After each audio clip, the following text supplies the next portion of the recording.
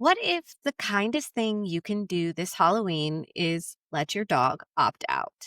Welcome to Straight Up Dog Talk, the podcast helping burned out pet parents who feel stuck with their pup finally let go of the guilt, learn to communicate, and build the bond you've always dreamed of through a partnership based approach that combines training, nutrition, and enrichment instead of chasing the quick fixes that don't actually work.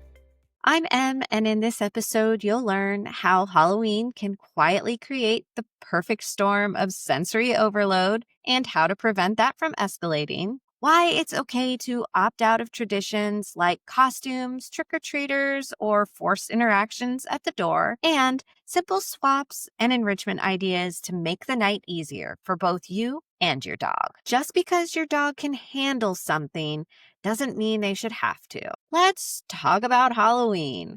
For a lot of people, it's fun.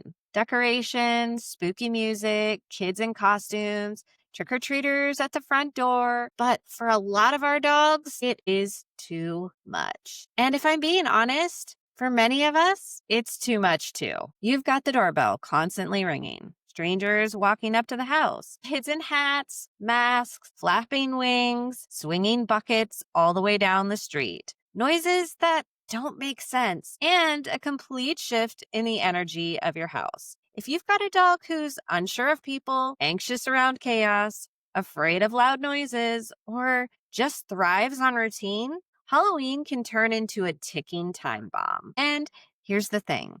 Halloween is not a training opportunity. Let me repeat that.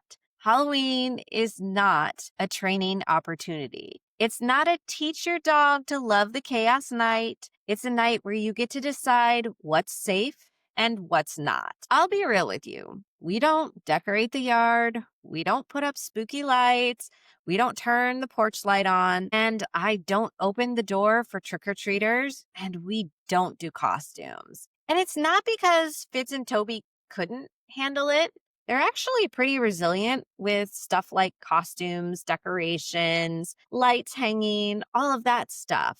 But here's the deal. Why introduce stress where there wasn't any before? Why throw off their rhythm when things are going so well? We have our own rhythm and it's working beautifully. So instead, we focus on us. We do cozy enrichment, maybe a food puzzle, maybe a sniff game. We stay inside, lights off, no chaos, no doorbells, no screaming kids. It's not fancy. It's definitely not Pinterest worthy, but it's peaceful and it works for us. So this is your permission slip to do the same. If you want to go all out, do it. If you want to do less than me, do it. If you want to skip it all together, please do.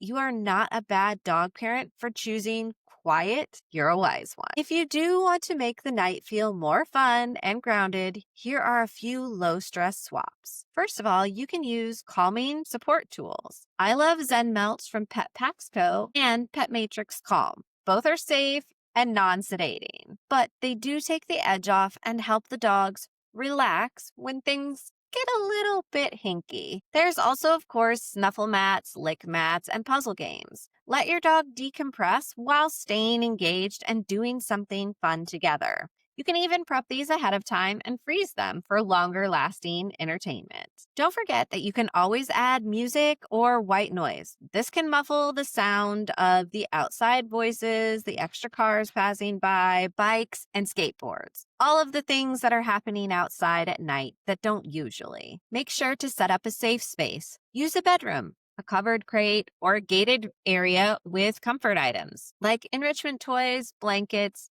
and no foot traffic. Keep it nice, calm, and quiet. These areas aren't just for bad dogs, they're for dogs who deserve to feel safe. I'm going to give you a bonus enrichment idea for Halloween specifically. One of our favorite activities this time of year is what I call the pumpkin hunt.